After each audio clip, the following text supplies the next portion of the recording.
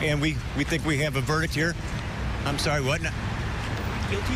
First 2 counts. Okay, and we've just learned that David Bisard has been found guilty on the first 2 counts, and that is driving with a blood alcohol of 0.15 or greater, causing death. On the second count is driving with a blood alcohol of at least 0.8, causing death of Eric Wells. And so these are very significant charges, and evidently the jury has given a lot of credence to the blood alcohol results, the efficacy of its testing procedures. And so this is a very big setback for David Bisard, and these are only the first two of the alcohol-related charges, and more than likely, if they believe the first 2, then they will believe the second 4 alcohol-related charges. So again, David Bisard found guilty of the 2 most serious charges of driving drunk causing death of Eric Wells, and we expect to hear more, Mark, soon. All right. It is 2 o'clock right now, and if you're just joining us for this breaking news, we want to reset the scene for you. We had just learned that the jury in the David Bisard case had announced they had a verdict, and we've just learned the beginning of that verdict. You just heard Jack Reinhart report from Fort Wayne that the jury has found David Bisard guilty on the first counts, and now we're learning that the verdict is adjusted. The jury has found him guilty on all charges. Guilty on all charges. Reinhart and Derek Thomas in Fort Wayne. Plus reaction from Indianapolis city leaders and our Call 6 investigators digging into this crash. We start live with Jack Reinhart, who has covered this trial and this crash since day 1. Jack. Todd, it all got down to the blood evidence in the case, whether the jury bought into the integrity of the test and the accuracy of the result. The jury bought in. To the victim's family, I'm sorry. I'm sorry.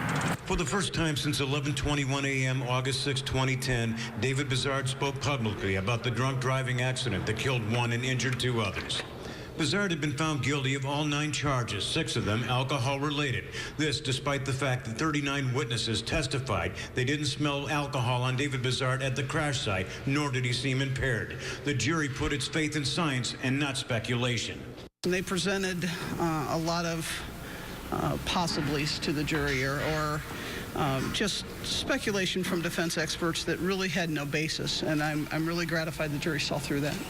Bisard was also found guilty of reckless homicide in the death of Eric Wells. The jury found him guilty of criminal recklessness for the life-changing injuries to Kurt Weekly and Mary Mills. To borrow a line from the defense, prosecutor Terry Curry said the case ended with no winners. I think we also need to recognize and acknowledge it's a tragedy for the family of Officer Bisard himself, and our police department. The defense team spent nearly $500,000 on Bisard's defense, and more than half that money came from the FOP. John Kautzman. Obviously, we're very, very disappointed with the jury verdict in this case. Our client is devastated, as you can imagine, as his family is as well.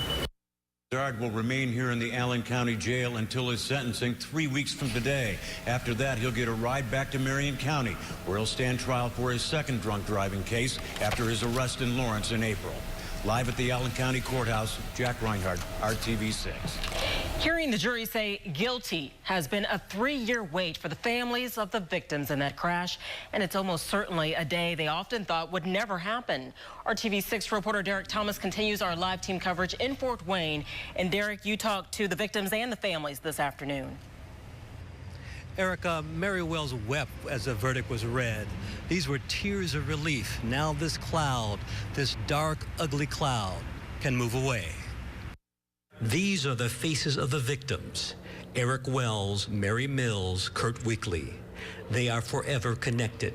Wells was killed in the crash. His parents have been waiting 3 years for justice. Our son is gone forever, but David Bisard, we can only hope will receive the help that he needs, that he never again hurts or takes another innocent life. We can move on to the next chapter and have Eric in our hearts and be able to start the next step in our lives without Eric, but always have his memory. Kurt Weekly was not at the courthouse, but Mary Mills, who is now his wife, called him on her cell phone to break the news to him. She made it unanimous what all the victims sought. All we asked for was justice, and I feel as though today we finally got it. With everything that has happened, it still came through as a guilty verdict for all 9, and that's what I was looking for and hoping for. Is it a big step? Now, Mary Mills suffered 2 fractures to her skull, and she sustained many injuries and spent 2 months in the hospital. She just got word that she's going to receive retirement for disability retirement. She said that was not the retirement she was hoping for. Live in Fort Wayne, Derek Thomas, RTV6. More reaction coming in now from Mayor Greg Ballard, who says he hopes the city and police department never forget the lessons from this case. He also says today's verdict undoubtedly provides a sense of justice and closure to this sad ordeal. I pray the many people whose lives were impacted by this episode find peace moving forward.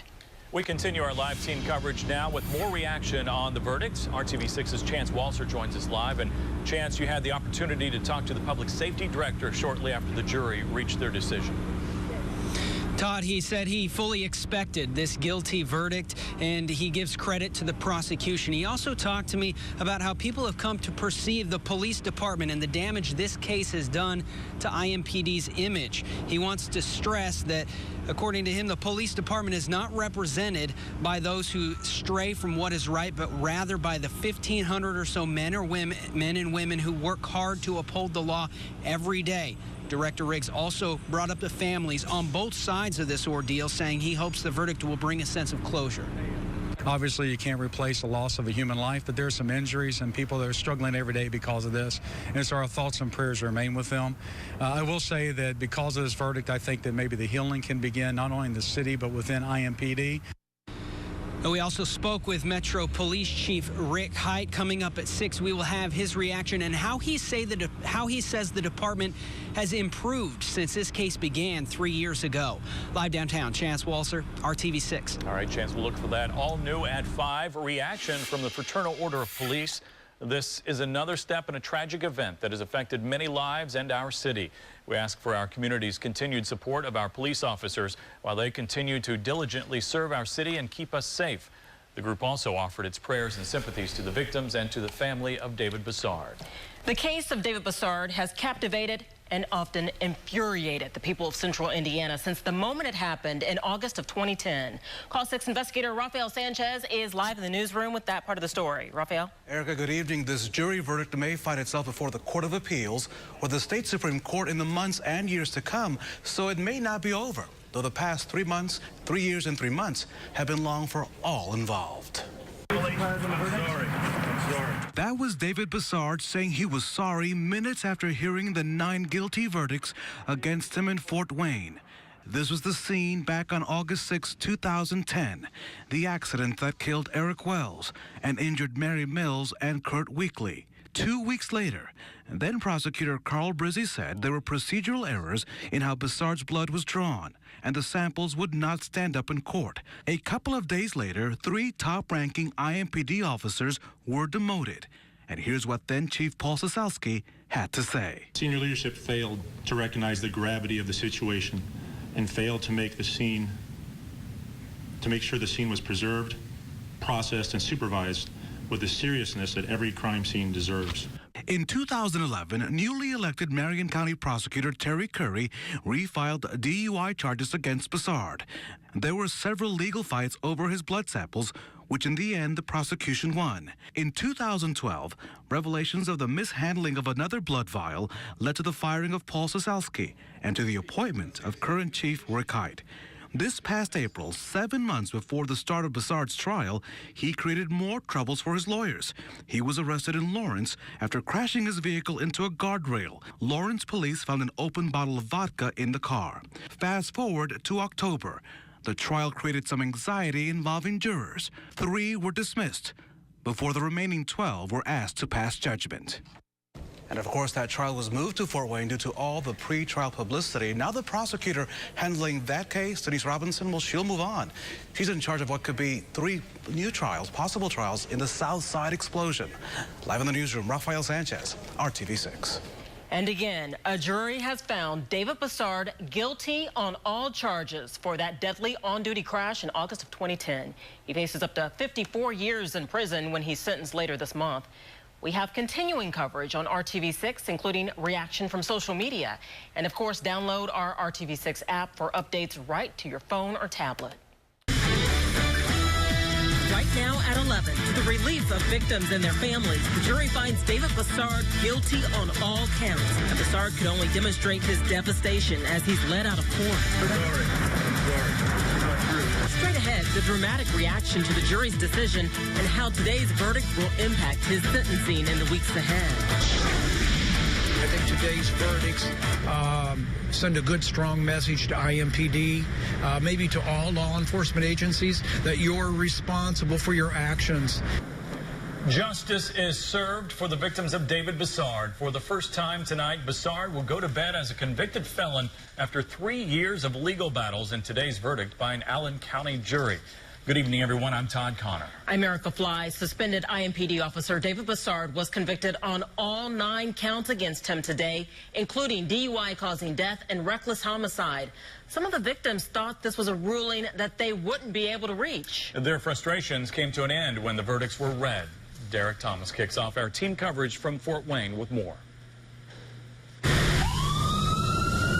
The August 6, 2010 crash left debris all over 56th Street, shattered the lives of Mary Mills and Kurt Weekly, and claimed the life of Eric Wells. I'm sorry. The guilty verdict provides relief for Wells's parents. Our son is gone forever, but David Bisard, we can only hope will receive the help that he needs, that he never again hurts or takes another innocent life. We can move on to the next chapter and have Eric in our hearts and be able to start the next step in our lives without Eric, but always have his memory. Mary Mills called Kurt Weekly on her cell phone to tell him about the guilty verdicts. The two are now married and shared the same hope. All we asked for was justice, and I feel as though today we finally got it. With everything that has happened, it still came through as a guilty verdict for all 9. And that's what I was looking for and hoping for. There is just one more hearing for the victims in this case. They are expected to testify at Bisard's sentencing. It will be an emotional courtroom on November 26. In Fort Wayne, Derek Thomas, RTV6. It has been more than 3 years since the crash, and this trial lasted just over 3 weeks. RTV6 reporter Jack Reinhart was there from the start and has more on how this case came together and where it could go from here. For more than 3 years, this case has revolved around the controversial blood samples. But in the end, the jury would vote their confidence in scientific evidence rather than subjective testimony. The jury set aside the testimony of 39 witnesses, all of whom said Bisard had not been drinking, had not been drunk when he stood in the wreckage at 56th and Brendan Way. And they ignored the testimony of defense experts who said that Bisard would have had to have consumed near-fatal levels of alcohol in order to test .19 2 hours after the crash. And what the jury wouldn't do is extend the benefit of the doubt to a police officer. The prosecutor's office prosecutes people who violate the law, and we do our best to hold them accountable under any circumstance for what it is that they do, whether no matter what the social background, the economic background, no matter what job they hold, we enforce the law. His lawyers characterized David Bisard's reaction to the verdict as one of devastation. For more than 3 years, he's maintained his innocence. A jury of his peers would not convince him otherwise. I'm sorry. I'm sorry. You're sorry?